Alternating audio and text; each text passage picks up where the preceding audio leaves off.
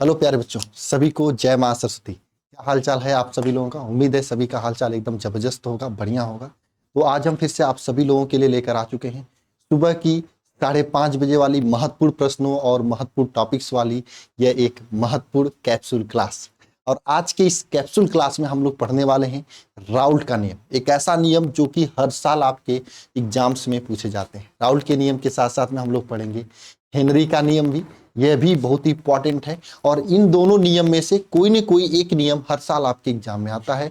यानी कि आज का ये वीडियो अगर ध्यान से आप लोग देख लेते हो तो बोर्ड परीक्षा में आप सभी लोगों की 5 नंबर की तैयारी हो चुकी है। तो चलिए शुरुआत करते हैं। लेकिन शुरू करने से पहले मैं आप सभी लोगों से कहूंगा, इसी तरीके के वीडियोज और बोर्ड परीक्षा की जबरदस्त तैयारी के लिए आप सभी लोग अगर नए हो चैनल पे तो चैनल को सब्सक्राइब कर दीजिएगा, साथ में अपने सभी दोस्तों के पास शेयर कर दीजिएगा। और सुबह डेली 5:30 बजे आपकी ये कैप्सूल क्लास होती है। आप कहीं से भी पढ़ाई कर रहे हो लेकिन इंपॉर्टेंट क्वेश्चंस के लिए डेली 5:30 बजे फ्री में यूट्यूब पर इस क्लास में जरूर देखा करिए। 15 से 20 मिनट में आपकी बहुत ही महत्वपूर्ण प्रश्नों की तैयारी हो जाएगी। ठीक है, तो चलिए सबसे पहले हम लोग राउल्ट्स का नियम देखेंगे। राउल्ट्स का नियम प्यारे दोस्त क्या होता है बताइए। देखिए, राउल्ट्स का नियम जो होता है, सबसे पहली बात, ये जो नियम होता है वाष्प दाब के संबंध में दिया जाता है। किसके संबंध में दिया जाता है प्यारे दोस्त, प्यारे भाई? वाष्प दाब के संबंध में दिया जाता है। और राउल्ट का नियम दो होता है।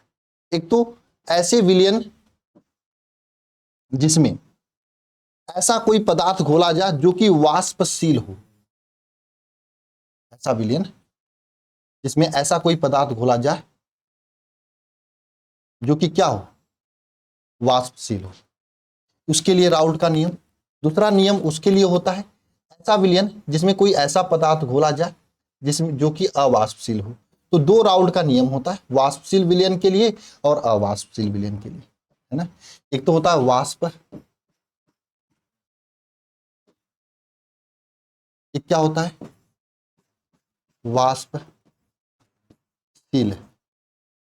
विलय के लिए, दूसरा क्या होता है अवाष्पशील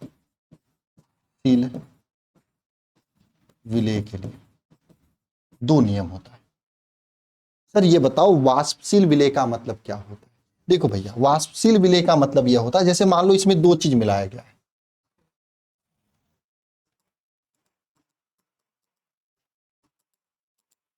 दो चीज मिलाया गया इसमें।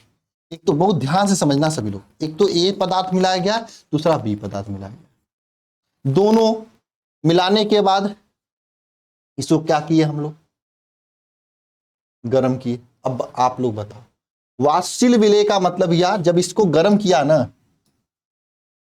तो भैया ए भी गर्म होकर फुर से उड़ गया, मतलब वाष्पित हो गया, और बी भी गर्म होकर उड़ गया, वाष्पित हो गया। तो ऐसा विलयन वाष्पशील विलयन कहा जाता है। इसके लिए राउल्ट का नियम अलग होता है। वहीं पे एक दूसरा होता है अवाष्पशील विलय पदार्थ के लिए। इसमें ऐसा कोई विलय पदार्थ मिलाया गया ए और बी, है ना। अच्छा जी सरकार, मान लो इसमें बी तो विलायक है ही, कोई पदार्थ सी मिलाया गया, और सी क्या है, अवाष्पशील है। यानी गर्म करेंगे इसको तो क्या होगा, जब गर्म करेंगे तो क्या होगा भैया, बी तो उड़ जाएगा लेकिन सी यहीं पे पड़ा रहेगा। जैसे आप समझ सकते हो, इसमें हम नमक मिला दें और पानी मिला दें। एक बार नमक पानी को गर्म करके देखना, जब नमक पानी को गर्म करोगे तो पानी उड़ जाता है, नमक यहीं पे पड़ा रहता है। और यहाँ पे वाष्पशील विलय में क्या होता है प्यारे बच्चे, दोनों के दोनों चीज उड़ जाते हैं। जैसे पेट्रोल मिला लो, पानी मिला लो, जब पेट्रोल पानी को मिला के गर्म करोगे, पेट्रोल उड़ जाएगा, पानी भी उड़ जाएगा, कोई नहीं बचेगा यहाँ पे। तो राउल्ट का नियम दो होता है, एक वाष्पशील विलय के लिए, एक अवाष्पशील विलय के लिए, है ना। अच्छा, राउल्ट का नियम क्या बताता है, बताता है भैया कि वाष्पशील अगर कोई विलय है, बहुत आसान राउल्ट का नियम है यार। इसके ऊपर मान लो ढक्कन है ना, इसके ऊपर ढक्कन है ना, ये ढक्कन है, ये क्या भैया, ये ढक्कन। देखो पहले समझ लो उसके बाद याद करना। ढक्कन भैया, कितना आसान तरीके का राउल्ट ने नियम बताया कि या भैया अगर वाष्पशील विलय के लिए राउल्ट का नियम यह बताया कि वाष्पशील यदि दो विलयन में दोनों के दोनों वाष्पशील हैं तो कुल विलयन का वाष्प दाब जो होता है इसमें उपस्थित विलेय और विलायक जो है ए और बी इन दोनों के अलग अलग वाष्प दाब जिसको हम लोग आंशिक वाष्प दाब बोलने वाले उसके योग के बराबर होता है। इतना आसान सा राउल्ट का नियम था। बताओ याद हुआ कि नहीं? चलो लिखते हैं, लिखने के बाद साथ साथ समझते हैं हम लोग ना क्या कहता राउल्ट का नियम भैया। वाष्पशील विलयन, वाष्पशील विलयन के लिए, वाष्पशील विलयन के लिए राउल्ट का नियम हम लोग देखते हैं। वाष्पशील विलयन के लिए राउल्ट का नियम क्या बोलता है बताओ, क्या बोलता है? यही बोलता है ना, जब दो या अधिक वाष्पशील, जब दो या अधिक आपका वाष्पशील द्रव मिलाकर विलयन बनाया जाता है, द्रव मिलाकर विलयन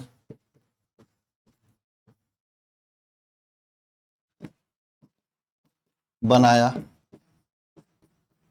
जाता है, वाष्पशील द्रव मिलाकर विलयन बनाया जाता है तो विलयन का कुल वाष्प दाब, तो विलयन का कुल वाष्प दाब क्या होता है? कुल वाष्प दाब क्या होता है? तो विलयन का कुल वाष्प दाब क्या होता है? प्रत्येक अवयव के आंशिक वाष्प दाब के योग के बराबर होता है।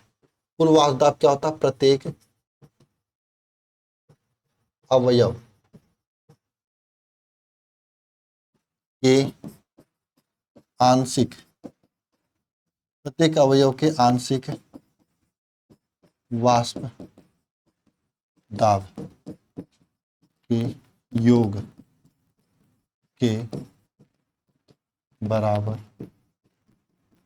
होता है, आंशिक वाष्प दाब के योग के बराबर होता है। जैसे यहां पे हमने देखा दो अवयव थे, P इज इक्वल टू क्या हो जाएगा? ए का वाष्प दाब जो है PB बी का वाष्प दाब इसके योग के बराबर होगा। सिंपल सी बात, यही राउल्ट ने बोला था कि भैया अगर यहाँ पे दो पदार्थ है ए और बी, जैसे मान लो इस कमरा है, एक कमरा है, इसमें दो लोगों को बंद कर दूं, दोनों लोगों को बाहर जाना है तो दोनों लोग मिल के कमरे पे धक्का मारेंगे ना। मान लो धक्का, कमरा का दरवाजा नहीं खुल रहा है तो दोनों लोग मिल के धक्का मारेंगे। उसी तरीके से भैया यहाँ ए और बी दोनों है, दोनों को बाहर जाना था तो दोनों लोग मिल के ढक्कन पे धक्का मार रहे हैं, तो दोनों लोग मिल के जब धक्का मार रहे हैं तो हम कहेंगे कुल वाष्प दाब दोनों के अलग अलग वाष्प दाब के योग के बराबर होता है। ये बात बोल सकते हैं हम लोग सभी लोग। और प्रयोगों द्वारा यह देखा गया है, प्रयोगों द्वारा देखा गया है, क्या देखा गया भैया कि ये जो पी ए होता है ये बराबर होता है P not a into x a k, और पीबी जो होता है ये बराबर होता है P naught B X B के, ये बराबर होता है। तो यहां से लिख सकते हैं P is equal to P not A X A plus P naught B X B, इसके बराबर हो जाएगा। ये राउल्ट का नियम है, इसी को राउल्ट का नियम कहते हैं। कितना आसान है ना, अभी तक कितना आसान तरीके से आप लोग दिमाग में सेट नहीं किए होंगे ना। आसान है कि नहीं आसान है बताओ? कुछ तो है ही नहीं, दो पदार्थ मिलाए हैं, दोनों का कुल वाष्प दाब दोनों के अलग अलग वाष्प दाब के योग के बराबर होता है, बस यही है। अच्छा यहां पे अगर देखोगे तो भैया पी नॉट जो है, पी नॉट जो है शुद्ध अवस्था में वाष्प दाब है, ए का वाष्प दाब शुद्ध अवस्था में ए का वाष्प दाब है, और पी नॉट बी जो है ये शुद्ध अवस्था में बी का वाष्प दाब है ना। एक्स ए जो है यहाँ पे एक्स ए का है ए का मूल प्रभाज है, मूल प्रभाज, और एक्स बी जो है ये क्या है? बी का क्या है? मूल प्रभाज है। ठीक है, यही सब चीजें हैं, इसके अलावा और कोई चीज नहीं है। बताओ प्यारे बच्चों, यहाँ तक बात समझ में आई है ना? कोई दिक्कत तो है नहीं ना? एक बार कमेंट बॉक्स में कमेंट करके बताना, बोलो।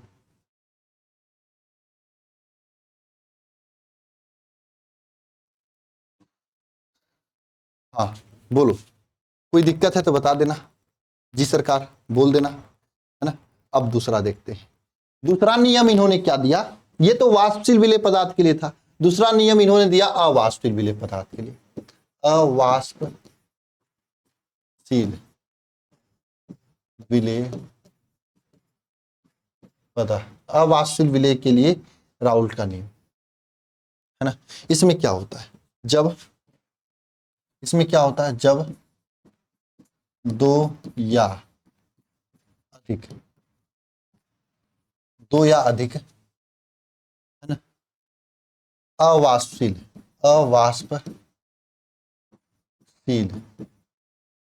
विलेय, है ना, डाला जाता है, या ऐसे लिखो ना, जब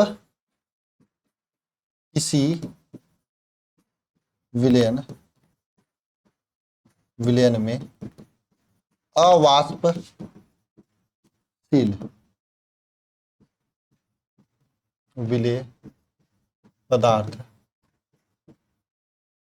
से बनाया जाता है ना?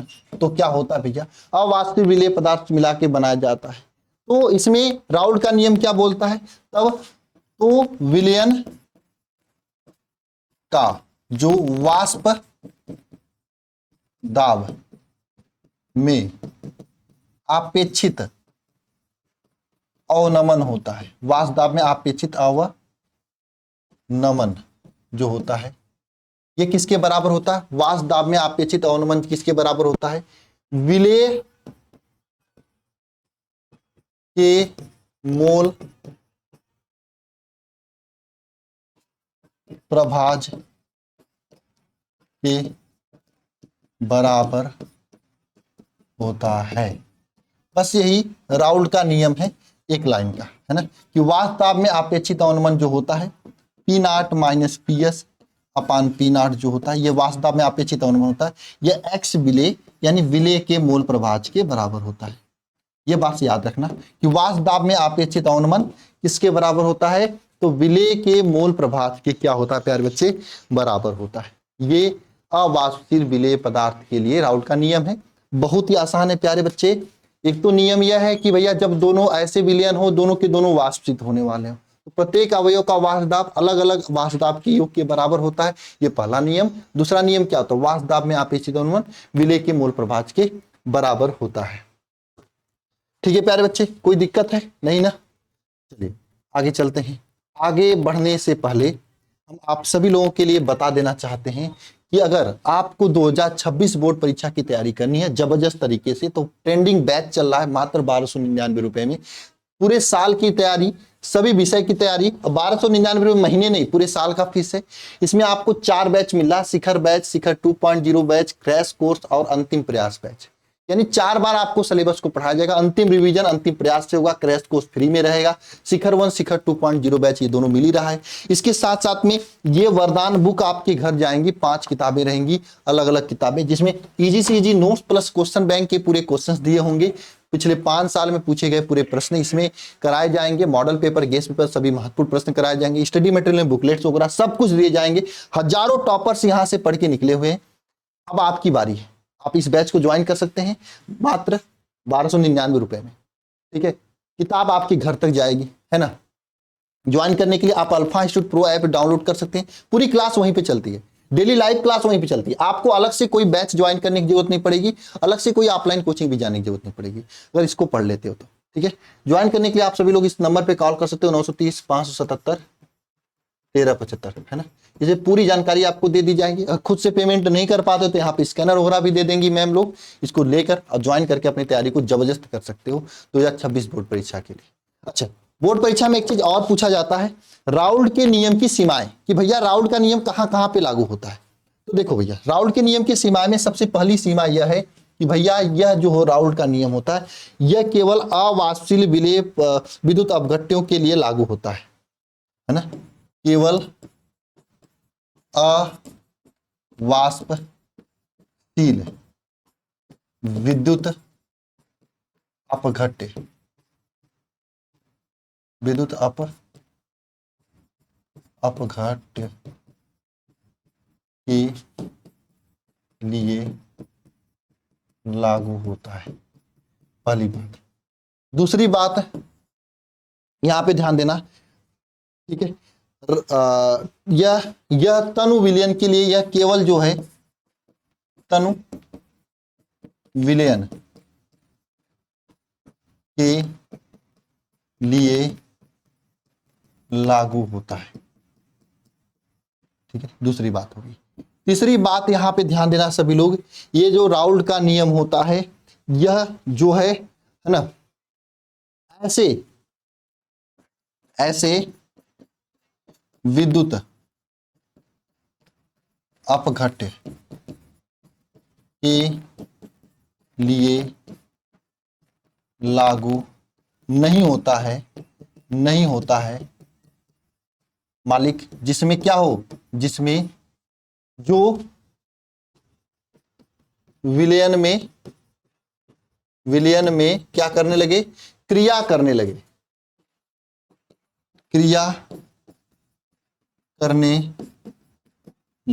है ना, ऐसे विद्युत अपघट्य के लिए राउल्ट का नियम लागू नहीं होता है, ठीक है। और ऐसे विद्युत अपघट्य के लिए लागू नहीं होता जो विलयन में जाके संगुणित या वियोजित हो जाए। देखो ऐसे नहीं कि ऐसा कोई पदार्थ डाले पानी में, है ना, ऐसा कोई पदार्थ डाले विलयन बनाने के लिए, जाके वहीं में क्रिया करके आग लग जाए, ऐसे पदार्थ के लिए लागू नहीं होता है, ऐसे पदार्थ के लिए लागू राउल्ट का नियम नहीं होता हमारे।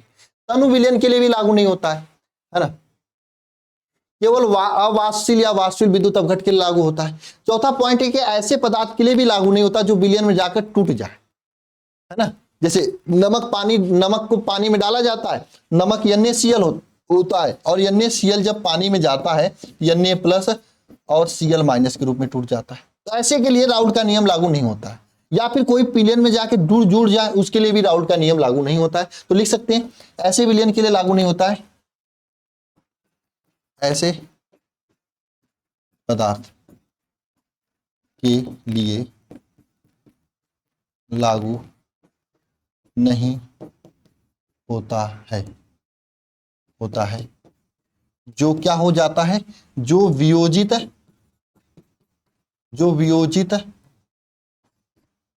या संयोजित हो जाता है। ऐसे विलयन के लिए भी राउल्ट का नियम लागू नहीं होता जो विलयन में वियोजित या संयोजित हो जाता है। ये राउल्ट के नियम की सीमाएं हैं। बात समझ में आ गई प्यारे बच्चे? चलिए जी सरकार, अब हम दूसरे नियम पे चल रहे हैं, हेनरी के नियम पे। हेनरी का नियम क्या बोलता है? हेनरी का नियम यह बोलता है कि किसी गैस की द्रव में जो विलेयता होता है। अच्छा ये बताओ कि आप किसी गैस को द्रव में घोल सकते हो? गैस को द्रव में घोल सकते हो, यानी हवा को पानी में घोल सकते हो? द्रव मतलब पानी है। आपके दिमाग में आएगा सर क्या बात कर रहे हो? बिल्कुल घोल सकते हो। आप लोग कोल्ड ड्रिंक पियो ना, कोल्ड ड्रिंक में क्या होता है? कोल्ड ड्रिंक में पानी होता है और साथ में उसमें कलर मिला देते हैं, फिर चीनी मिला देते हैं, फिर उसमें एक कार्बन डाइऑक्साइड गैस मिलाया जाता है और उसको ठंडा रखा जाता है ताकि स्वादिष्ट रहे। समझे?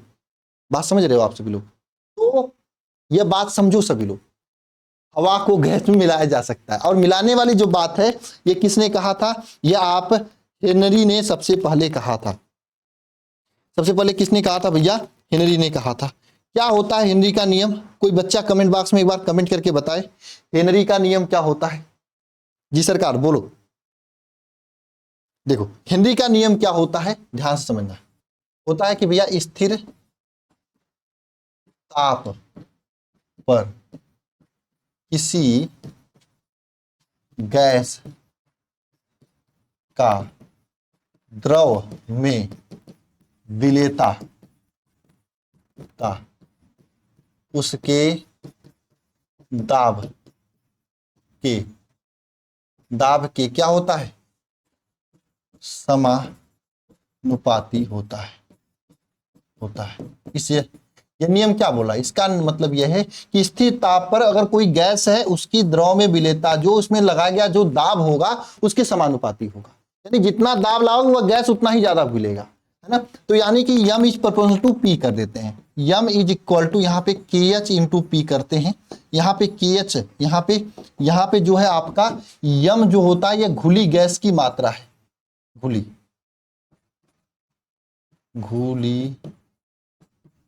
हुई गैस की मात्रा है, और P जो है भैया यहाँ पे दाब है, यम जो है क्या है, KH क्या है, KH यहाँ पर हेनरी नियतांक है ना। ये पूरी चीजें हो गई, है ना, ये पूरी चीजें हो गई। यही बस एक लाइन का हेनरी का नियम भैया कि स्थिर दाब पर किसी गैस की द्रव में विलेयता उसके दाब के समानुपाती होता है। अच्छा जी सरकार, अब देखो हेनरी का नियम का उपयोग कहां पे किया जाता है। देखो कोल्ड ड्रिंक, मृदु पेय का मतलब क्या होता है, कोल्ड ड्रिंक में कार्बन डाइऑक्साइड की विलेयता बढ़ाने में बोतलों को उच्च दाब पर सील पैक किया जाता है, हेनरी का पहला उपयोग। दूसरा उपयोग है गोताखोर जो ऑक्सीजन के साथ साथ में हीलियम गैस भी लेके जाते हैं। क्यों लेके जाते हैं, क्योंकि अगर गोताखोर ऑक्सीजन के साथ में हीलियम गैस अंदर नहीं लेके गए तो ऑक्सीजन जैसे जैसे गोताखोर होते क्या, देखो यहाँ पे ये गोताखोर है जो कि समुद्र के अंदर होते हैं, ऊपर समुद्र का पानी इनके ऊपर दाब लगाता है। अगर ऑक्सीजन के साथ हीलियम को नहीं ले गए तो ऑक्सीजन क्या करता है, इनके ब्लड में ज्यादा से ज्यादा घुल जाता है, घुलने की वजह से इनकी ब्लड में ऑक्सीजन की मात्रा बढ़ जाती है, जिससे इनके दिमाग में अलग अलग किस्म के विचार आने लगता है, ऊपर से शरीर में दर्द भी होने लगता है।